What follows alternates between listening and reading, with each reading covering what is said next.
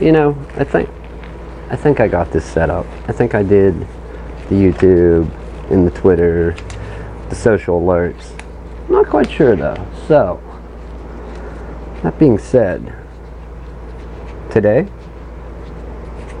the corners cut, or cutting corners, cut corners, however you want to say it. Well, cutting corners can be a good thing, not always a bad thing. Say you're walking home and you want to take a shortcut, and of course my camera is not going to go without freezing, so I will leave it on the webcam while I swap out live on the air, one camera to another. Okay, so walking home, you want to take a shortcut through some yards, maybe over a fence or something. Cutting corners like that, not necessarily a bad thing. Now, cutting corners when building a house and not using either the proper nails, or if it's screws, proper screws to hang drywall, the proper nails for framing, the proper spacing on the trusses for the roof, or even proper technique, you can lead to not good results. I think that goes without saying. We're not talking about either cutting corners when walking home or getting from point A to B or building houses. We're going to go over cut corners on computers. I did try to outline, and you can't really see it, outline today's episode. I'll wait till I get a better camera. I did try to do a little outline for today's live stream, or today's episode, Open Hours 28, if I'd titled it properly. I'm often not good at titling these. I forget a lot. So we're going to have to flip around a little bit here from camera to camera until we see that we have this lined up properly on the bench. So let's go back to our above cam. We're going to deactivate it. You should have a black screen. We will switch to that, and then we'll try that. Activate. Is that going to give us the bench? No. Highest FPS? No.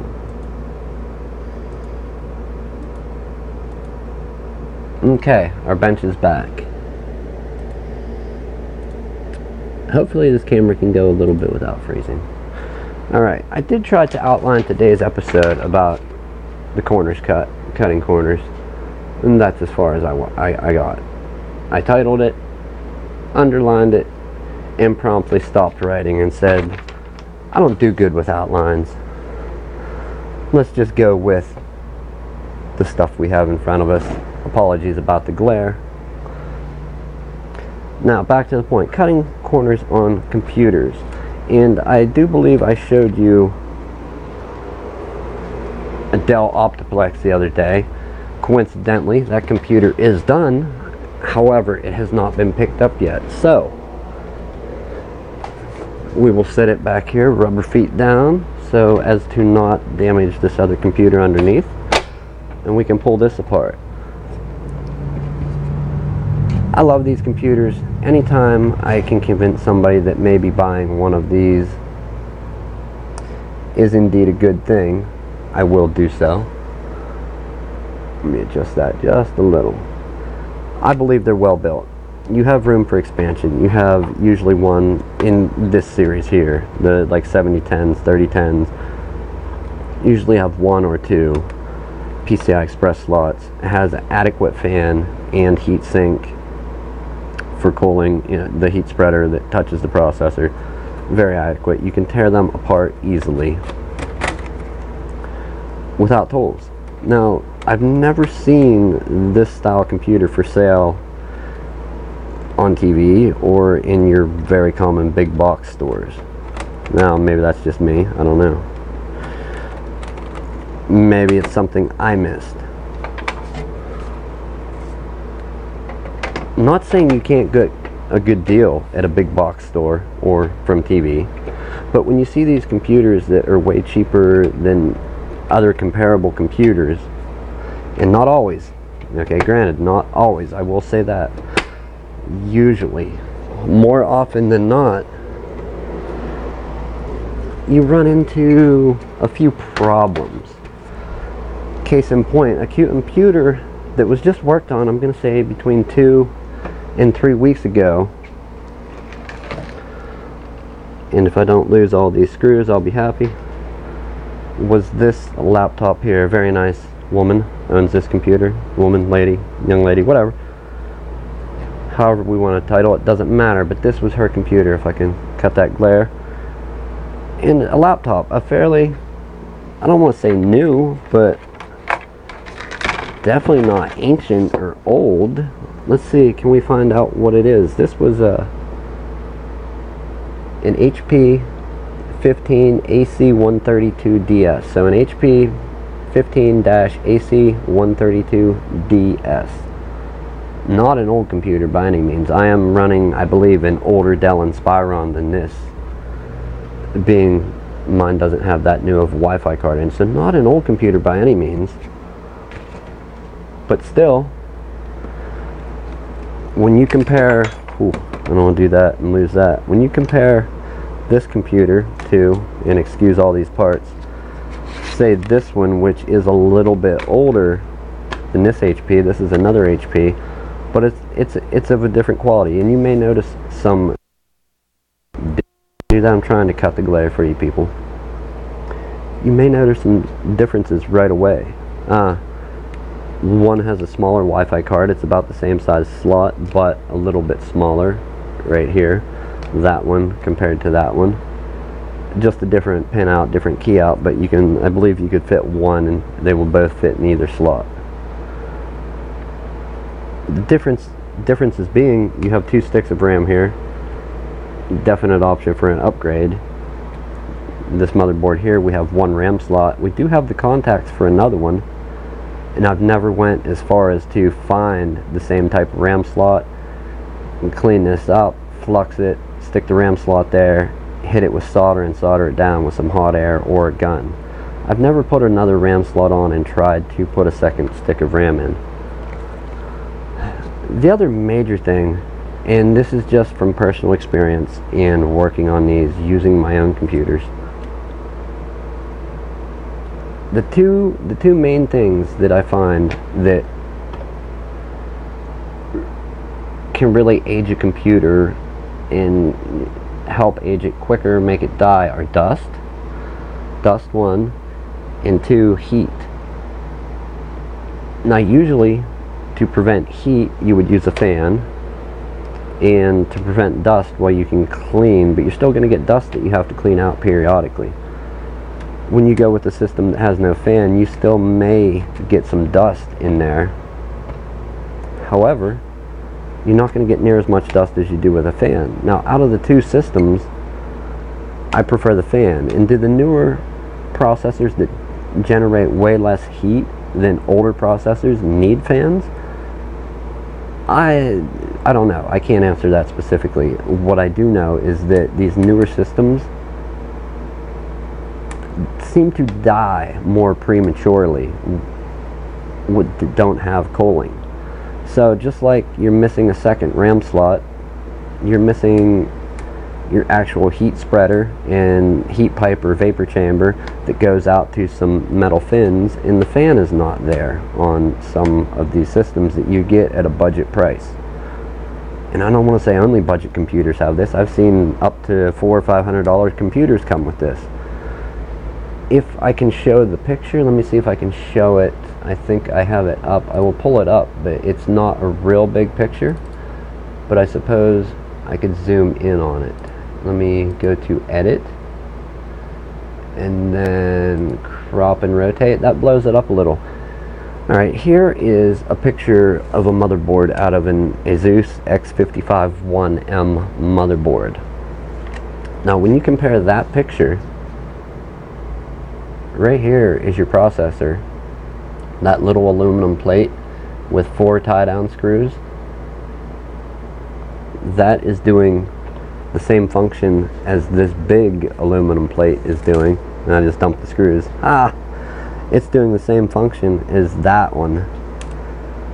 However, this solution seems to cool better, and you know, not all laptops last forever, or desktops. I don't want to say this is only a laptop issue, but going back to that does not seem like a real great solution for cooling. And I've seen ways to cool laptops from just this, where it has a little metal plate on it. Not even this. I've seen a little metal plate that screws into the actual bottom case of the laptop, and then the motherboard would sit on that, the processor making contact with that little metal plate with one of the, it's kind of like a gel cooling pad, and they're not even using actual thermal compound to cool these.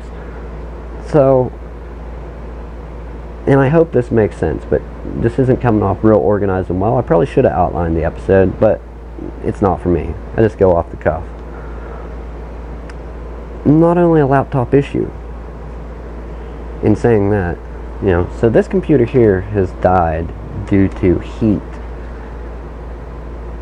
We could order another motherboard and put in it, and as new as it is, I do not advise it. As new as this computer is,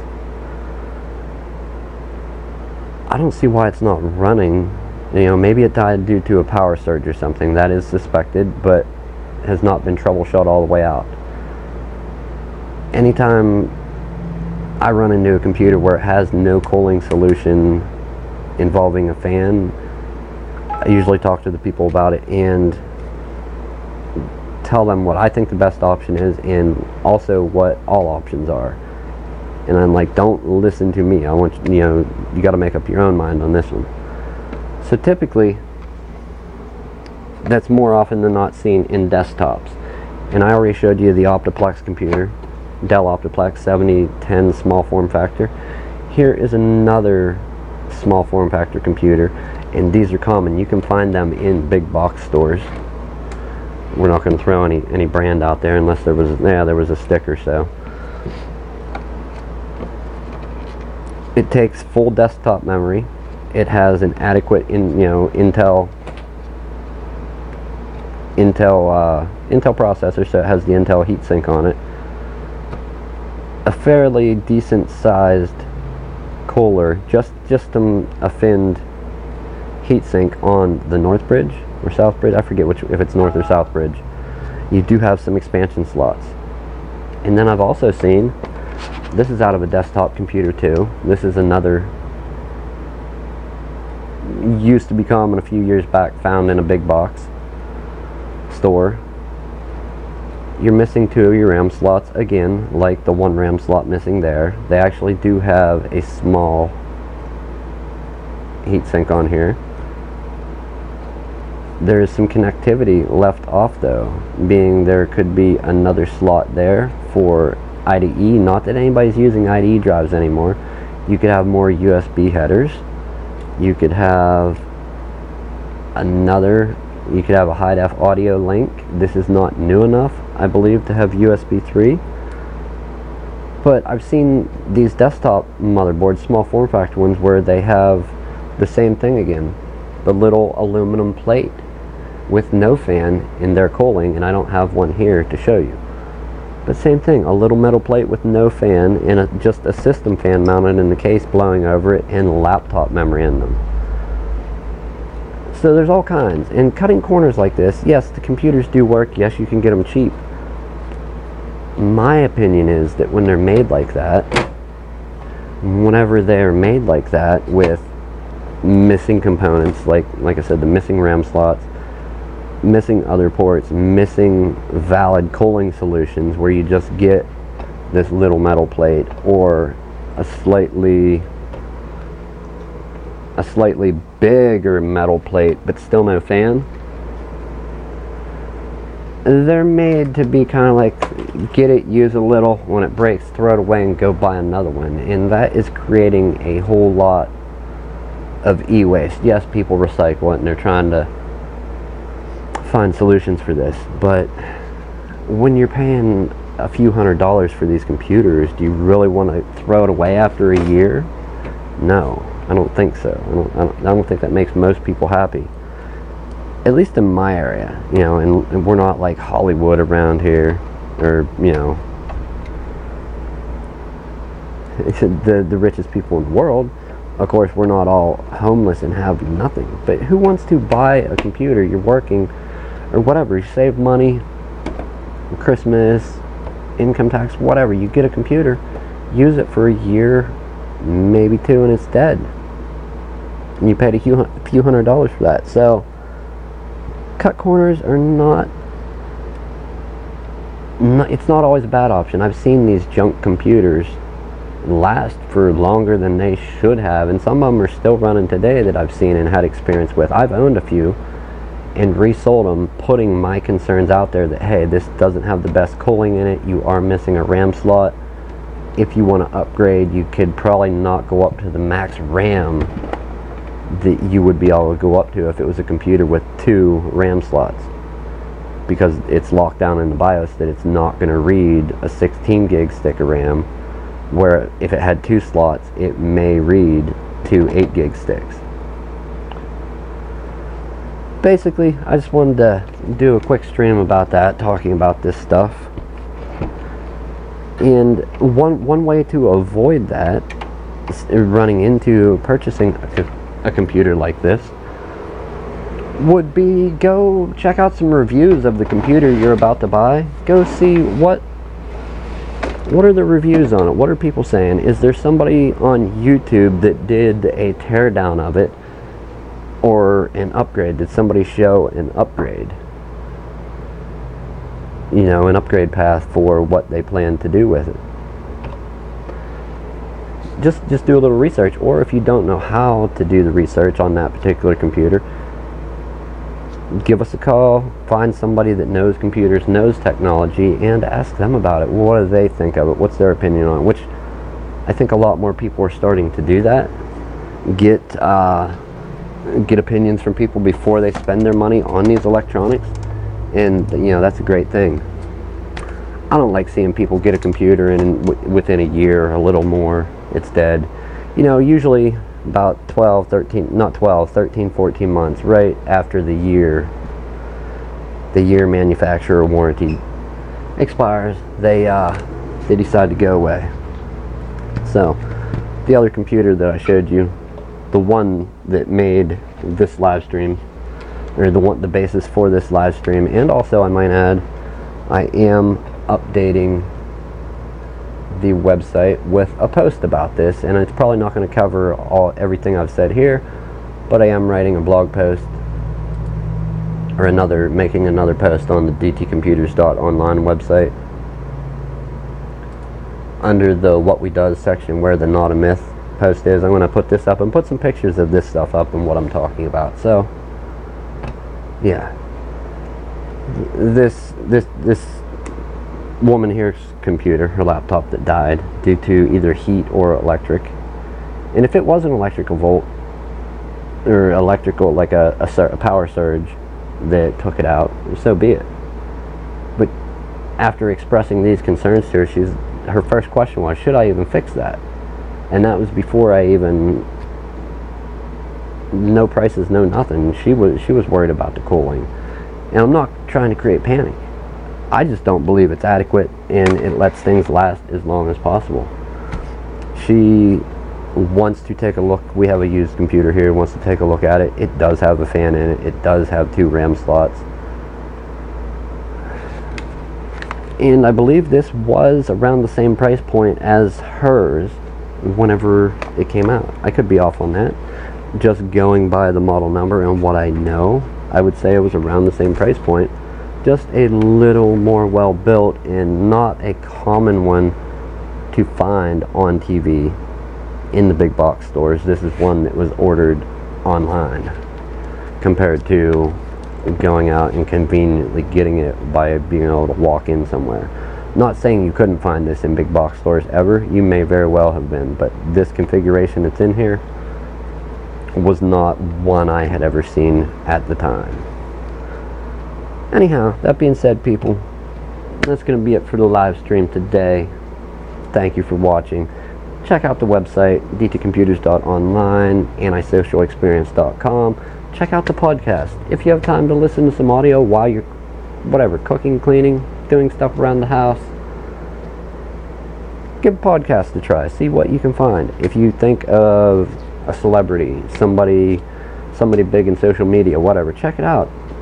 Search for their name within a podcasting app on iOS or Android, and you can probably find either A, they've had a show, B, if they don't have their show, they've probably been a guest on a few shows, or they may be coming up with and releasing a podcast soon. Podcast audio only. I know it doesn't sound great, but you will give it a shot. I think you would like it.